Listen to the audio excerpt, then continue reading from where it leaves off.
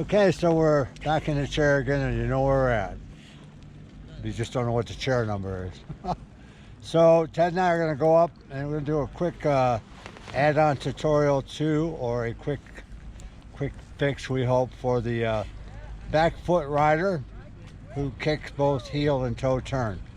And we'll do a demo to review that with you guys, and then Ted will give me some fixes, as if I was you guys, which I'm not, but I can still ride like everybody else, no matter what it is, pretty much until you get to the upper end, and then I suck. But anyhow, so we're going to do that, and hopefully this will help some of you guys stop that back foot steering and start using that front foot. So we're out on that. All right, so today I want to get back to talking about the rider who pushed the back foot here. There's a couple of reasons they might push the back foot to turn the snowboard. One is they're afraid to cross the fall line in the front. So they keep the board out here. They basically shove snow, shove snow, shove snow. This foot is not steering the board, the back foot is. Another reason they might do it is they ride down the mountain, straight down the mountain a lot on the back foot, so they can't start anything with this foot. There are another reason it could be. If I was standing on a snowboard and I stood with my weight on my back foot, you can see that I'm standing inside the front ankle. Because I'm doing that, I can't stand on that foot. So I can't start a turn with the front foot as we would desire a rider to do. Once I move over here, I can. So your options are play with your fore and aft movements until you find yourself able to move out of this position to a center position to a fore position.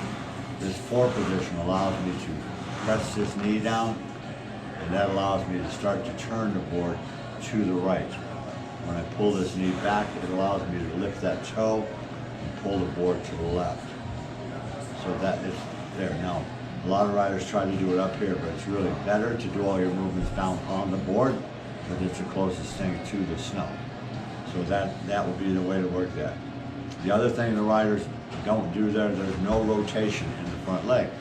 So the rider ought to get used to rotating that foot through the hip joint while standing on it. So that rotation of the hip, pull that toe up, there's my heel.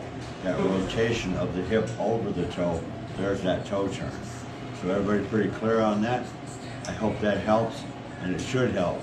You can practice it just like I did on the rug, then you can go out and get on a flat part of ground on the hill and start working on these drills I just showed you. Right. You can start this drill by using some fore and aft, in other words, just press the nose, press the tail, but we're going to transfer weight to the back foot to allow the front part of the board to be a little lighter, so we can kind of get a little push and pull activity out of the front leg, which is not happening normally when the rider leans back and only wipes the tail of the board. So I thought I'd go to the other end of the board to create a visual movement that the rider can see in the front, and then hopefully through a balanced position, through being centered on the board, the rider will then start to let tip and tail follow each other through the turn. It'll be a lot less work, it'll be a lot smoother.